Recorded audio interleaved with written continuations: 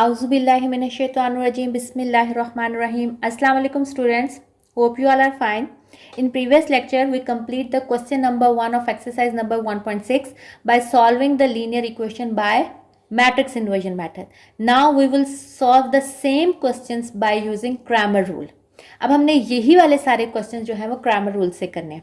Cramer rule में क्या करते हैं, सबसे पहले हम इसका थोड़ा सा आइडिया लेते हैं और फिर हम आगे चलते हैं.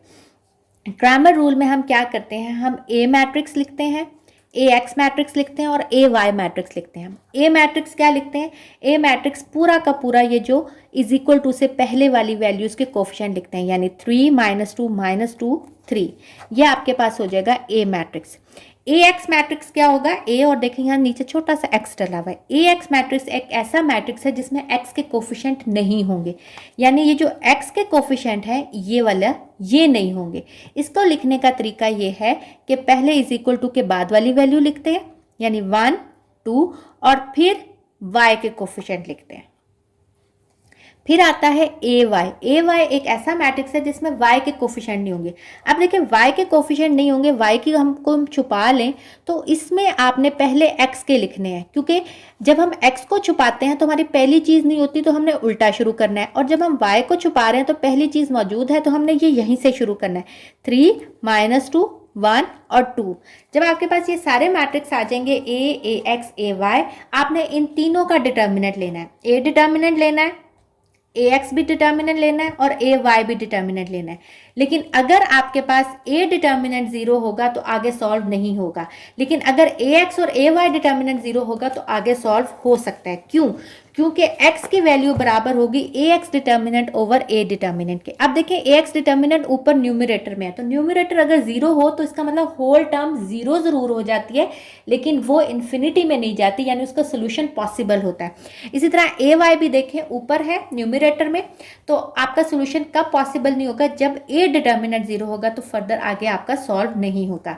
तो x जो है वो बराबर हो जाएगा A x determinant over A determinant और y बराबर हो जाएगा A y determinant over A determinant के. आपने इनकी वैल्यूज पुट करनी है और आपके पास आंसर आ जाना है. इसमें दो तरीके हैं सॉल्व करने के. आप इसको ऊपर ही मैट्रिक्स मतलब इसका डिटर्मिनेंट ले लें, इस मैट्रिक्स का ए एक्स का, या आप पहले ए एक्स ले लें और फिर इसमें सॉल्व पुट कर लें. तो ये दोनों तरीके से हो सकता है, आपका जिस तरह दिल करता है आप ये उस तरह कर सकते हैं. तो अब हम स्टार्ट करते हैं क्वेश्चन. अब आपको इसमें मैट्रिक्स फॉर्म में इसको करने की ज़रूरत नहीं है, तो हम क्या लिखेंगे, वी हैव ए मैट्रिक्स क्या है, एक्स और वाई के दोनों के कोफिशिएंट 2 -2 3 2, यानी इज इक्वल टू के उधर को छोड़ के उधर इंगली रख के बाकी सारी. ए एक्स निकालेंगे, ए और नीचे छोटा सा एक्स, इसमें एक्स के कोफिशिएंट नहीं होंगे, यानी इसको छुपा देना है. जब पहली वैल्यू आप छुपा देंगे तो हम उल्टा चलेंगे, यानी अब आप पहले लिखेंगे 4 6 और फिर लिखेंगे -2 2. और तीसरा आपके पास क्या है, ए वाई में हमने y को छुपाना है, तो आपके पास पहली वैल्यू मौजूद है, तो ये आ जाएगा 2 3 और फिर आएगा इज इक्वल टू किधर 4 6. दोबारा बता रही हूँ, ए में as it is last values में छुपा दें और ये पूरा 2 3 -2 2. ए एक्स में x की वैल्यू को छुपा देंगे तो उल्टा चलेंगे 4 6 2 -2 2. और ए वाई में y की वैल्यू को छुपा देंगे और सीधा चलेंगे 2 3 4 6, क्योंकि पहली वैल्यू अवेलेबल है. तो जहाँ पहली वैल्यू अवेलेबल हो आपने सीधा जाना है, और जहाँ पहली वैल्यू अवेलेबल नहीं है तो आपने उल्टा चलना है. ठीक है. अब आपके पास x किसके बराबर होगा, A x determinant over A determinant के, और y बराबर है ए वाई डिटर्मिनेंट के और a डिटर्मिनेंट के. अब सबसे पहले ये हमने फॉर्मूलाज पुट कर दिए हैं, हमने इसको इक्वेशन 1 का नाम दे दिया, इसको इक्वेशन 2 का नाम दे दिया. अब सबसे पहले हमने a डिटर्मिनेंट फाइंड आउट करना है. a क्या है आपके पास 2 -2 3 2. डिटर्मिनेंट लेंगे, डायगनल एंट्रीज को मल्टीप्लाई करेंगे, बीच में माइनस का साइन, फिर नॉन डायगनल एंट्रीज को -2 × 3, 2 2 ज़ा 4 3 2 ज़ा 6 -6 minus plus 10 which is not equal to 0, so solution is possible. और एक बात याद रखें, मैट्रिक्स इन्वर्जन मेथड हो या Cramer rule, answer solution set का सेम होगा। जिस तरह हम 8 क्लास में जो हमने 6.12 में किया था, हम इक्वेटिंग कोफिशिएंट से करते थे, क्रॉस मल्टीप्लिकेशन से या एलिमिनेशन मेथड से, तीनों से आंसर जो है वो एक्स वाई का सेम आता था। इस तरह इसमें भी सेम आएगा। इन दोनों में से एक जो है वो लाजमी लॉन्ग में आता है, चाहे वो क्रैमर रूल से आपको सॉल्व करने दे दे इक्वेशन या मैट्रिक्स इन्वर्जन मेथड, इनमें से दोनों में से एक ज़रूर बोर्ड में लॉन्ग में आता है। तो इसकी प्रैक्टिस बहुत ज़्यादा ज़रूरी है। अब हम ए एक्स डिटर्मिनेंट लेंगे। अब ए एक्स का मैट्रिक्स लिखेंगे, ये 4 6 -2 2, तो क्या आ जाएगा 4 2 8 -2 इंटू 6,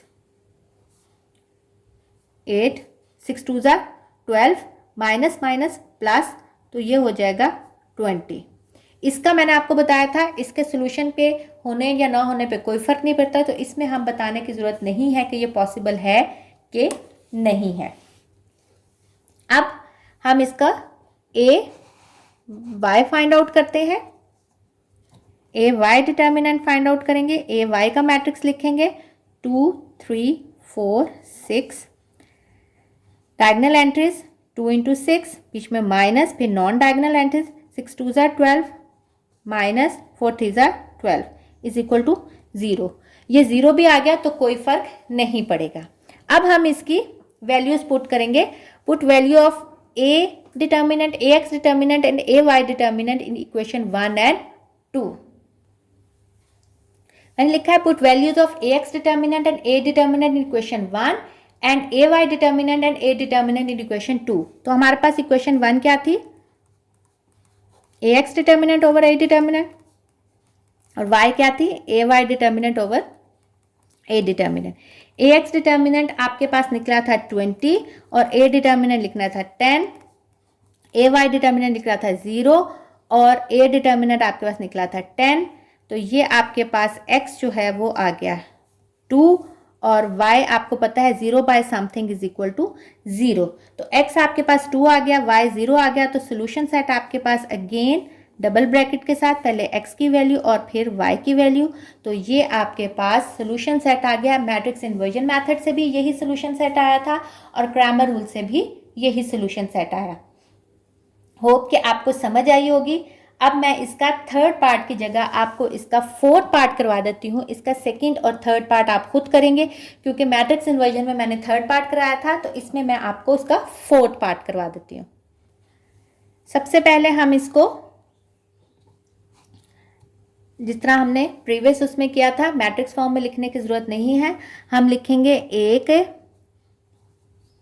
वी हैव, ए है आपके पास, इसको छुपा के 3 - 2 5 - 2, फिर ए एक्स क्या है, एक्स को छुपा के, अब एक्स को छुपाया, पहली वैल्यू छुपाई है तो हम उल्टा चलेंगे, -6 -10 -2 -2।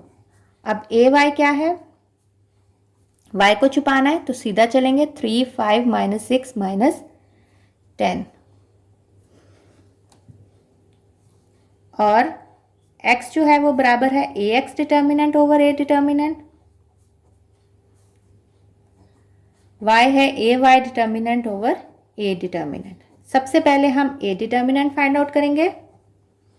ए डिटर्मिनेंट में ए मैट्रिक्स लिखेंगे 3 5 -2 -2, डायगोनल एंट्रीज को मल्टीप्लाई करेंगे पहले, 3 into -2 minus -2 into 5, -6 5 2 10 -10 minus minus plus, तो ये आंसर आ जाएगा 4 which is not equal to 0। So solution is possible.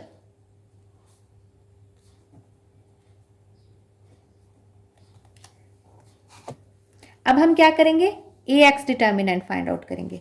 A x determinant में अगेन आपने ए एक्स वाला लिखना matrix, -6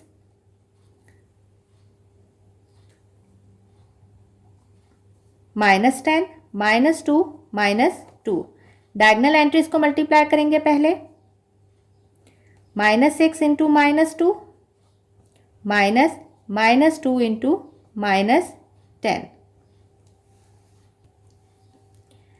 minus minus plus, 6 2 12 minus minus plus, लेकिन ये माइनस आ जाएगा तो 10 2 20, तो आंसर आ जाएगा -8। AX आ जाएगा, AX डिटर्मिनेंट आ गया आपके पास -8। अब हमने फाइंड आउट करना है AY determinant. AY determinant find out करेंगे। AY में AY का मैट्रिक्स लिखेंगे जो कि था 3, 5, -6, -10। डायगोनल एंट्रीज को पहले मल्टीप्लाई करेंगे। 3 इंटू -10 -6 इंटू 5 -30, 6 5 ज़ा 30 और माइनस माइनस प्लस, तो आंसर आ जाएगा 0। अगेन AY 0 आया है, इसका हमारे सोल्यूशन सेट से कोई फर्क नहीं पड़ता। Put values of AX determinant and A determinant in equation 1 and AY determinant and A determinant in equation 2। तो हमारे पास क्या आएगा, x आपके पास था AX ओवर A डिटर्मिनेंट और y क्या है AY determinant over A determinant. AX की वैल्यू आपके पास क्या आई थी -8 और A डिटर्मिनेंट आपके पास आया था 4। A डिटर्मिनेंट आया था आपके पास 4। AY डिटर्मिनेंट आया था 0 और A डिटर्मिनेंट आया था 4। सिंप्लीफाई करें, 4 1 ज़ा 4, 4 2 ज़ा 8, तो इसका आंसर आ जाएगा -2 और y 0 by something is equal to 0। तो सोल्यूशन सेट क्या बन जाएगा, डबल ब्रैकेट -2, पहले x की वैल्यू फिर 0, तो आपके पास इसका सोल्यूशन सेट बन जाएगा -2 और 0। अब होमवर्क में आपने इसके 2 पार्ट करने हैं। Exercise number 1.6 question number 1 part 2 and 3। आपने ये इसको होमवर्क में करना है।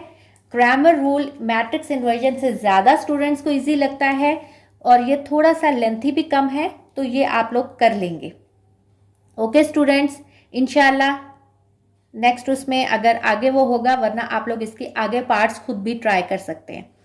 ओके स्टूडेंट्स, टेक केयर, अल्लाह हाफिज़।